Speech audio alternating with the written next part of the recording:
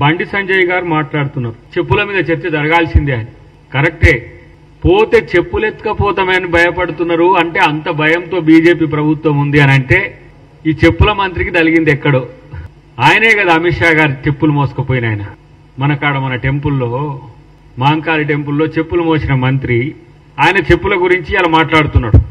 మీరు గాని కిషన్ రెడ్డి గారు గాని బహిరంగ చర్చకు వస్తే కేంద్ర ప్రభుత్వం నుంచి మీరు తెచ్చిన, మీరు ఇచ్చిన నిధుల వాటా గురించి తెలుస్తామా? ఎక్కడికైనా రాగలరా? ఇవన్నీగా మీరు సమయం చెప్పినా సరే, ప్లేస్ చెప్పినా అన్ని పాత అరిగిన రికార్డులు. మేము బీజేపీ ఆఫీస్కే వస్తాం, చలో ఏ రోజో చెప్పమనండి.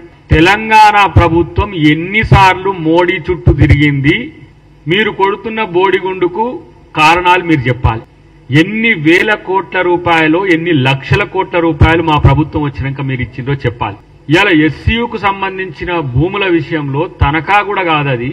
ఒక 120 ఎకరాలకు సంబంధించిన అంశంలో 400 ఎకరాలను ప్రచారం చేసి దాని పేరు మీద టీజీఐఏసీకి మేము ఇలా దాన్ని అసైన్ చేసి వాటి విషయంలో మీరు కార్యాచరణ తీసుకోమని చెప్తే దేశం పర్యావరణం మొత్తం దెబ్బతిన్నట్టు గగ్గోలు పెట్టిన దద్దమ్మల్లారా, మీరు రాష్ట్రానికి ఇచ్చింది ఏందో చెప్పండి ఫస్ట్. ఈ రాష్ట్రంలో అమలవుతున్న పథకాలన్నీ మావే, మేం చేసినే, మేం పెట్టినే అని అంటున్నాడు బండి సంజయ్. నేనంటున్నా, మీకు నిజంగా చిత్తశుద్ధి ఉంటే, మీకు నిజాయితీగా రాజకీయాల పట్లనో ఈ తెలంగాణ ప్రజల పట్లనో మీకు చిత్తశుద్ధి ఉంటే మీరు శ్వేతపత్రం విడుదల చేయండి. మీ ప్రభుత్వం ఏమిచ్చిండ్రో ఈ రాష్ట్రానికి. గతంలో ఆయన కిషన్ రెడ్డి గారు చెప్పిన 9 లక్షల కోట్ల రూపాయలు ఇచ్చినామని చెప్పి టీఆర్ఎస్ ప్రభుత్వం హయాంలో. ఇలా తెలంగాణ ప్రభుత్వం ఎంత పన్నుల రూపాయల కడుతున్నామో, మాకెట్లా డెవల్యూషన్ ఆఫ్ ఫండ్స్ వస్తున్నాయని మేము అడగట్లే.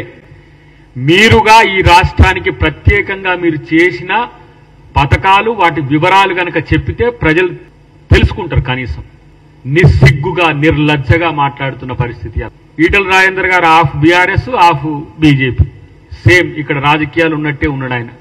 బీజేపీ కమలం కాడకు బీఆర్ఎస్ కాడ అంటుగట్టినట్టే ఆయన సగం ఆడా ఉన్నాడు, సగం ఈడా ఉన్నాడు.